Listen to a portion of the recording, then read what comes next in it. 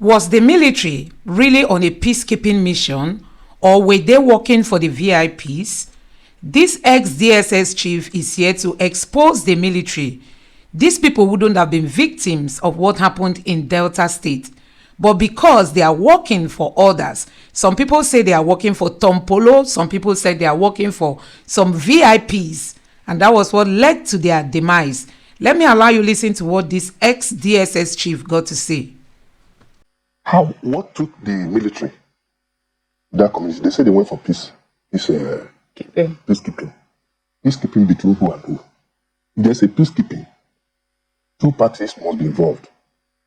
People from the two communities must be involved, and possibly a neutral ground will be taken. Possibly the local government headquarters, if we are talking of this initiative. And why must the military? In fact, the military exposed itself to harm's way. We don't blame the dead. Why will the military be the one to go on a peace mission? So, guys, there are still more to this. And that is why this man keeps saying there should be an independent investigation. Because why should it be the military? They said they went for a peace mission. Peace between who and who? None of these two communities were even at war. So, guys, let me allow you just listen to this again. Because as it is now, people are scampering, influence. Some people that might be indicted in this investigation. Because the military, lieutenant colonel, major, two majors, cannot on their own just move out on a peacekeeping mission in a community. And the people are not. There's so much to this incident that must be found out. It's quite unfortunate that these officers who government has committed so much resources to train have lost their lives. No matter the amount of compensation, the national honor, national burial, it will not bring back their lives. So, guys, a whole lot is involved in all this. It appears these military men went there for somebody, for some VIPs. We are yet to know what they actually went to this Okoma community to do. Let me allow you listen to the full interview that this man granted. He had some insightful thoughts that he has offered to this government. I just hope that they listen to him and adhere to some of his suggestions. Take a look at this. Despite the denial by the military, it's usual with them for such reprisal attack. They will continue to say they did not. But then, who raised the community? And nobody knows the number of casualties. But we can see from videos, you can see the place burning up to the extent that the governor had no access. Nobody has media journalists have no access to the community. So that's going too far. We sympathize with the military. Nigerians are money that are military, but two wrongs don't make it right. And it follows the trend that each time the military is killed, we go for reprisal. Much as we discourage people from taking laws into their hands by killing our military, because it's a symbol of our authority. The military should not also go beyond the mandate of burning the people. Now, let's look at it this way. What took the military, that community? They said they went for peacekeeping. Peacekeeping between who and who? If there's a peacekeeping, two parties must be involved. People from the two communities must be involved, and possibly a neutral ground will be taken. Possibly the local government headquarters, if we are talking of this initiative. And why must the military? In fact, the military exposed itself to harm's way. We don't blame the dead, but the people behind such mission. If the police, the SSS, and the military were involved in this, I don't think we would have seen this type of incident. Why not justifying the killings? But I think it is a lesson for all of us and for the military. You don't blame the military too much, because they have been so much involved in civil matters that the military will now go for peace initiative without the civil authority, which is of course the police. I still don't get it. So you do believe that there needs to be a thorough investigation? Of course. And I think that's part of what I'm asking when I asked that question about reactions in the aftermath of what had happened. Statements that were released. We heard the CDS say that a thorough investigation was going to be undertaken into the incident that had happened. However, I do not know, because right now the military is an injured party, as well as all Nigerians are, but the military specifically has felt the direct impact of this. do you think that they are still in a prime position to be able to undertake such an investigation? The military is a party interested. They cannot undertake such investigation. And I feel that by now, the federal government or the state government must have set up an investigative panel to look into this matter, because time is running. People are abandoned their communities, and no life is there. The military has taken over the community, and it's I just can't understand why the delay in setting up this investigative panel. We need to get to the root of that matter to know exactly what happened. I think many things are not adding up. How should we go about this? Because it doesn't appear that we've had precedents to follow. Emotions are still very raw, as expected. I mean, when you take into cognizance the manner in which this sort of incident happened and the gruesomeness of it all, it is expected. Even Nigerians are wondering that what sort of audacity, did the people who committed such, an attack, what effrontery did they have? So as such, even Nigerians are trying to come to terms, with the manner of the attack, and as such, emotions are still raw and still very much high. However, given the fact that we do not exactly have precedents in terms of how this has happened or what should happen in a manner that is civil and also respectful of not just the dead, but also of the community where this has happened. Because let's not forget that not everybody would have been involved and also approving of what has transpired. How would you suggest, and we know that security agencies usually prefer might, they understand might more than, processes. What do you think ideally should have happened in the aftermath of such a report? What's talking of precedent? What happened during Node? Nothing came out of it. You talk of Zakibia, nothing came out of it. And it's now following that same trend that people will go take laws into their hands. Two laws cannot make it right. Like I said, when we started, the gruesome murder of those, and looking at mutilating them. I mean, we've lost our values, like I said before. I still can't come to terms with that. But the military too, out of emotion, has taken their pound of flesh by raising down the community, even though they say they didn't. Then, investigation will prove who raised the community. Let us look at an independent body of inquiry. Which body would that be? The federal government or the state government should, at various levels, set up or they harmonize. The state government brings representative, the federal government brings representative, and form a very high-powered, independent investigation that will come out with an objective report of what happened. Because as it is now, people are scampering, influence. Some people that might be indicted in this investigation because the military, lieutenant colonel, major, two majors, cannot on their own just move out on a peacekeeping mission in a community. And the people are not. There's so much to this incident that must be found out. It's quite unfortunate that these officers who government has committed so much resources to train have lost their lives. No matter the amount of compensation, the national honor, national burial, it will not bring back their lives. But like you said, it's possible. Somebody is behind the intervention. But like I said, until it is investigated, I'm not going to speculate. But the military hierarchy should also call its men to order. I see military men now providing escort for politicians. You go to public places, you say, I mean, when we were young, we had a captain in the 60s in my place, an army captain, Captain Waka from Ubuluku.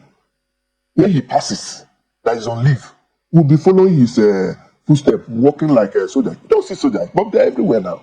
So familiarity, they say, brings contempt. There's so much familiarity between, in fact, they have even got to the point now of extorting money on the road, like the police. So what's the difference? We need to realign or reorientate our military that they are there to defend our territorial integrity. And besides, in the Niger Delta, for instance, we have military everywhere in the southeast. That's where our resources come from. So they need to be protected. That's why they're everywhere. And a lot of people now lobby. We posted either to the southeast, also not because they love this country, but because of what they intend to do. But we must learn a lesson from this, that in future, the military should also collaborate with the civil authority, especially the police, the state security service, and the other agencies that are working together to ensure peace. Yes. There's that conversation about the fact that the civil military relations have been strained, so to speak, because the military is really stretched across different facets of the country, carrying out security, trying to secure the country, contrary to what they are meant to do, which is protecting the borders, as the case may be. But when you say the military needs to relate more, carry out more civil relations, what exactly would you want the military to do? Well, until this ugly incident, I know that Major General, who is in charge of civil-military relationship, they've been, there's been improved relationship between the military and the civil authorities. But this incident has just set us back many years because there is great suspicion now. In fact, the whole of the South with grave implications of what is going on now. Because people are apprehensive. They are looking for the culprits who were responsible for this. And in the process, some innocent people can be arrested. Some people can even lose their lives in the process. So we need to build this confidence between the military and the civilians to give reassurance. And there's no way this can be better done than looking at the truth, finding out exactly what happened, so that in future, such situations can be prevented from happening. We're seeing the reports that the troops are combing Bayelsa and Delta creeks to find these militant leaders. But while we're talking about this, the other matter in Kaduna also comes to mind. 287 children kidnapped, another 87, another 15 in different areas. And yesterday, the Kaduna State government sat down for an emergency security meeting from which they wrote from.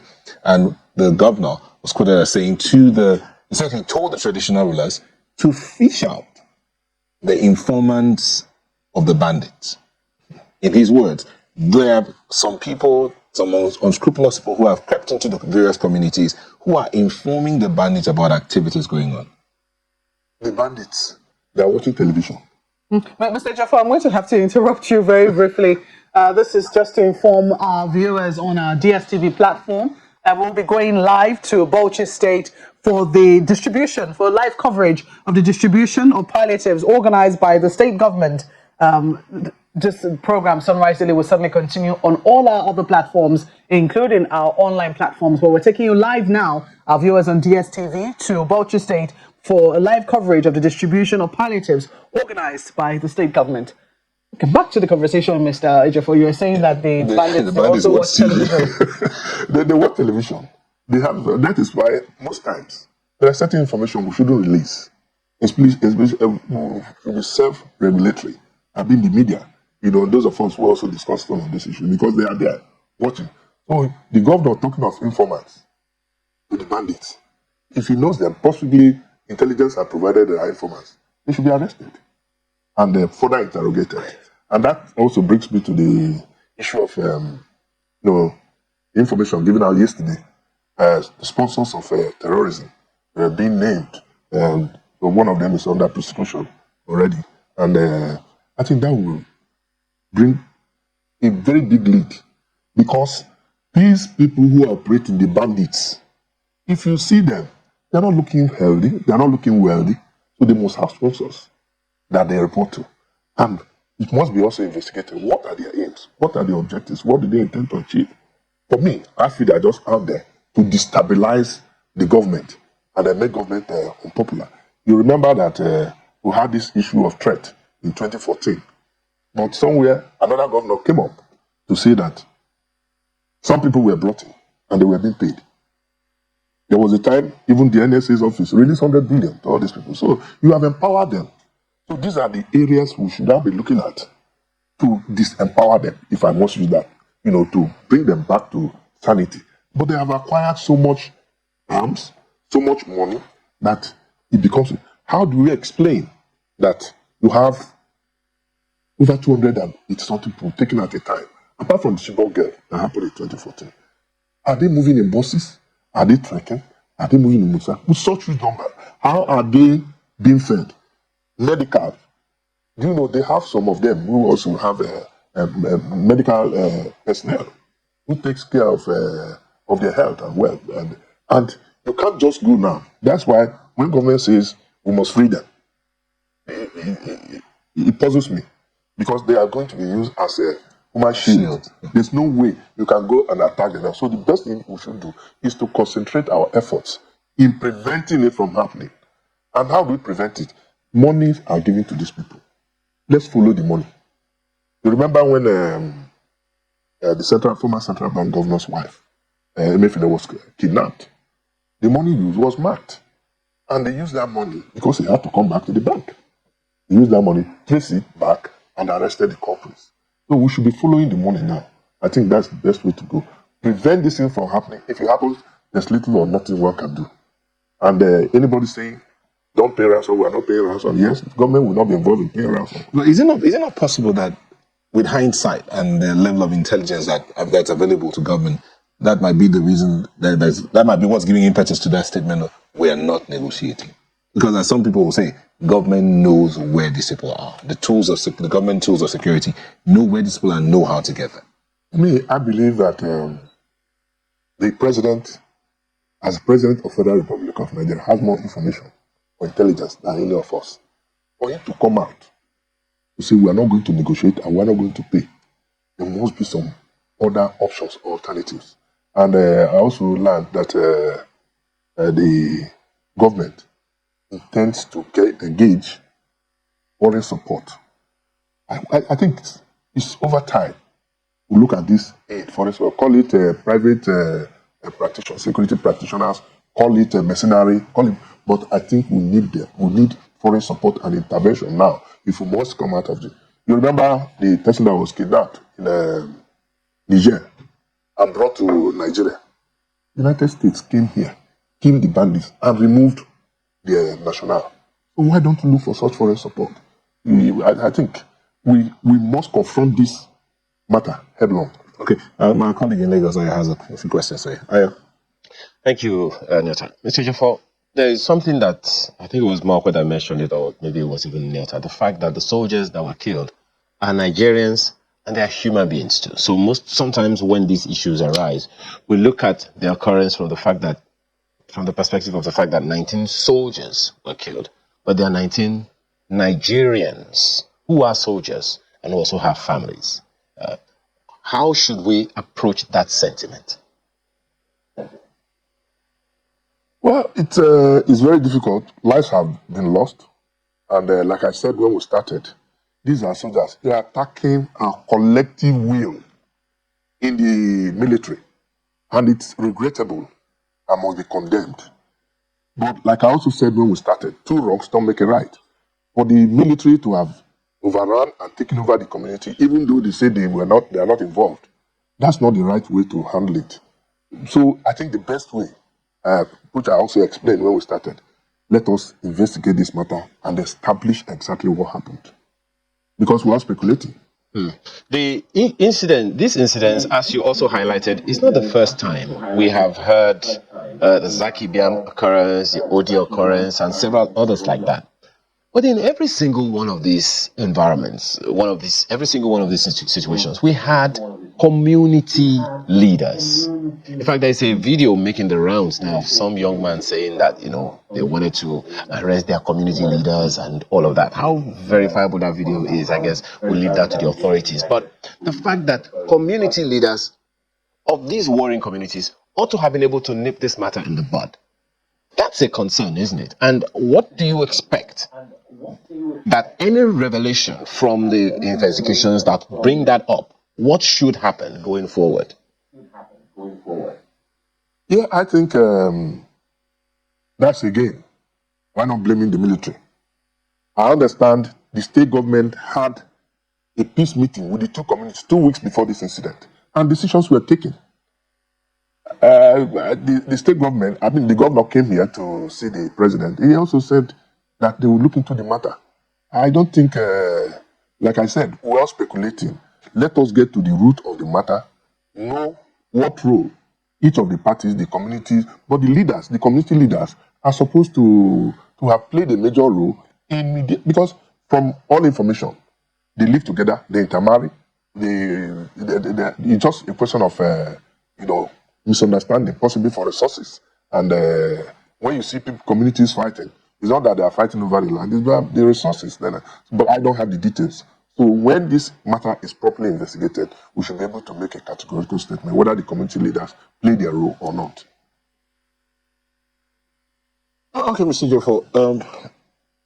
Well, that last question from the community leaders, the youth leaders, whoever the case might be, there's a growing trend or a trend in our society where, as per big man, I have friends in the security organizations, agencies, and I have a little challenge. I can reach out to Mr. Jeffo. I said, please come, I'm having a bit of a challenge here. Could that have been the situation there? Is that the kind of community that was going to be arrested for whatever reason there may be? But at the end of the day, the question will be, what needs to be done to ensure the safety of Nigerians? So guys, like we all know that the Southeast is a very attractive region for these military men. Like this man has just said, most of them pay bribe for them to be posted to the Southeast because of the money that they make there. So, and that is what is giving rise to all this. The military has abandoned their job and they are now going for the job that is meant for the police and even job that is not meant for the security agents. Honestly, these people wouldn't have lost their lives have they maintained why they were posted to that region.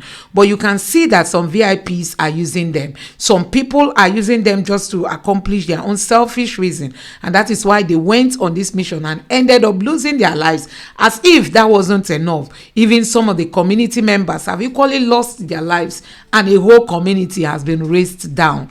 That is what we just keep saying, that in Nigeria, it's always a different story. And one keep asking, when are things going to normalize in this country? Why is it that rule of law does not operate in Nigeria? People keep saying why we are having this security problem is because there is no rule of law in Nigeria. People don't obey the law. Even when people work against the law, there is no consequence. So you can imagine if the army had abandoned their job and went for this peacekeeping, which is not what they are supposed to be doing.